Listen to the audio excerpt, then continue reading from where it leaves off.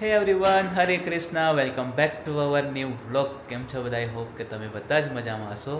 સો અમારો ખુશલો મજામાં નહોતો કેટલા દિવસથી ના, એટલે આજે કેટલા દિવસ પછી વ્લોગ સ્ટાર્ટ કર્યો છે. અમે એવું હતું, અમે છે ને પહેલાં નિકોલની એક હોસ્પિટલમાં એડમિટ હતા, પણ એને સારું નહોતું એટલે પછી અમે હોસ્પિટલ ચેન્જ કરી ને હાલ 15 દિવસ ઓલરેડી એડમિટ રહી હું.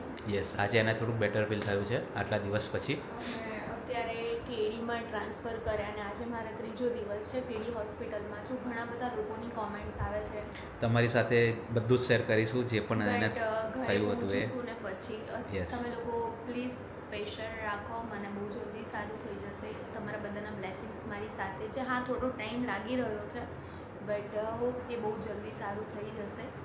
અને અત્યારે નિકેશ મને ફ્રૂટ ડીશ ખવડાવી રહ્યા હતા બિકોઝ એને એકચ્યુઅલી ખાવાનું નથી ભાવતું અહીંયાનું થોડુંક, કેમ કે ટેસ્ટ ના હોય. હાથ મારો બિલકુલ પણ કામ નથી કરી રહ્યો. કેમ કે લાસ્ટ એને છેલ્લા 18 દિવસથી કન્ટિન્યુઅસ બોટલ અને ઇન્જેક્શન ચાલુ ને ચાલુ છે.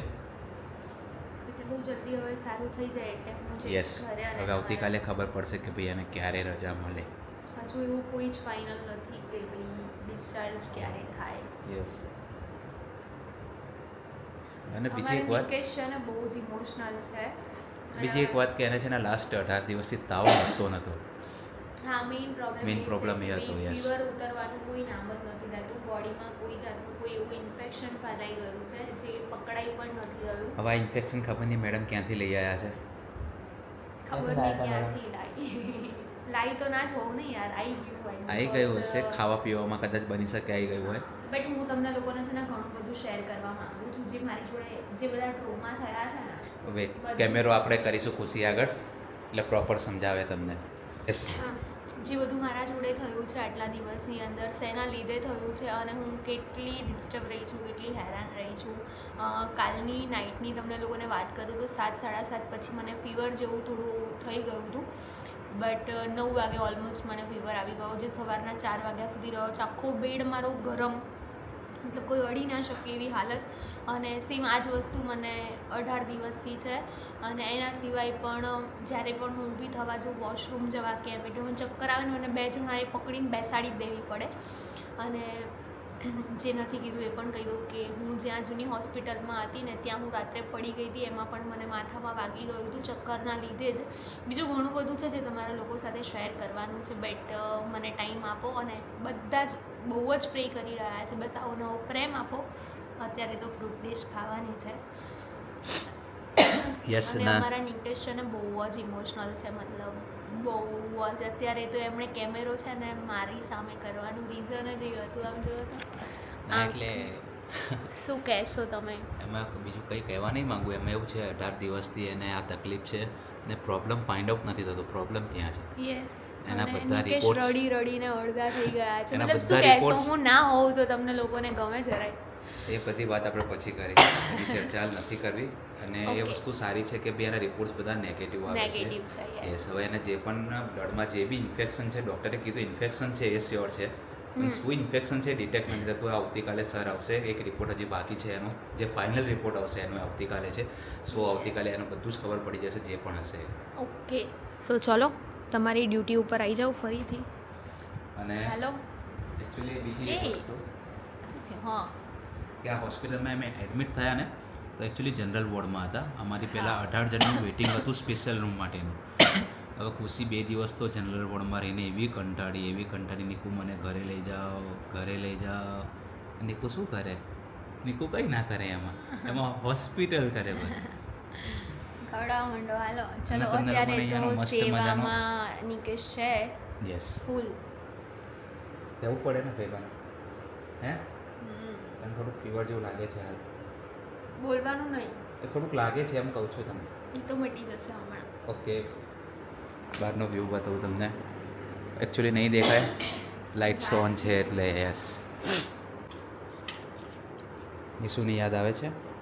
નિશુને કેટલા દિવસથી નહીં મળી તું? એક દિવસ તો થઈ જ ગયા હશે. 5-6 દિવસ થયા, કેમ કે ત્યાં બી પછી આપણે એને લઈને નહોતા આવતા. એને સરખી રીતે તો હું મળી જ નહીં. એને કહી શકું એમ કે ભાઈ 15 દિવસ તો થઈ જ ખુશી અહીંયા છે ને સૌથી વધારે નર્સને હેરાન કરે છે. કંઈ બી હોય એટલે ઘરે વારે દબાઈ કરે ને. બટ એનો સ્ટાફ બહુ જ સરસ છે કેડી હોસ્પિટલનો. એ લોકોની સર્વિસ બહુ સરસ છે. મતલબ પર્સનલી આપણને છે ને પેશન્ટ હોય ને તો છે ને એ જે રીતે આપણને મતલબ ફીલ થવું જોઈએ ને એવું આપણને ફીલ કરાવે, એકદમ લાઇટલી પોલાઇટલી આપણી જોડે વાત કરે, ધ્યાન રાખે ને સામેથી આવીને ચેકઅપ કરી જાય. બધું. આપણે કોઈ દિવસ મતલબ એવું મને છે ને 3 દિવસમાં એક પણ કહેવાય ને કે એક પણ આટલી પણ તકલીફ નહીં પડી અહીંયા. અને બહુ જ ખાવું સારું પીવું છે. રહેવું બધું બધું જ. બસ ખાલી હું નોર્મલ નથી એટલે મારે બહુ જલ્દી નોર્મલ થઈ જવાનું છે. બસ અત્યારે આજે તમને નોર્મલ દેખાય છે ને એ પછી જ્યારે તાવ આવે ને એટલે બધું પછી ઓલમોસ્ટ 10 કલાક તો ભૂલી જ જવાના. હા 3-4 કલાક તાવના અને પછી એને રિકવર થતાં મને ટાઈમ લાગી જાય છે. બસ આપણે ભગવાનને પ્રે કરીશું કે હવે તને ફીવર ના આવે. ઓકે, સારું થઈ જાય. સો આજે આપણો છે બીજો દિવસ વ્લોગનો ચાલુ કર્યો એનો શું કહેશો મેડમ? કેવું છે આજે? પછી બ્લોગ એન્ડ ના કરો કંઈ ના કરો. ડાયરેક્ટ હું તો સારું છે સીધો અત્યારે. નીકળી ગયો નહીં. સારું છે. અને ભાભી આયા છે ના, ભાભી સેવામાં. આયા છે આજે. દીદી બી આયા હતા તો ફરજ આવે ને સેવા કરવાની અમારે. દીદી આયા હતા તો દીદી ને બાપા હસાઈ તો મારો મૂડ આમ એકદમ Press જોરદાર કરી દીધા.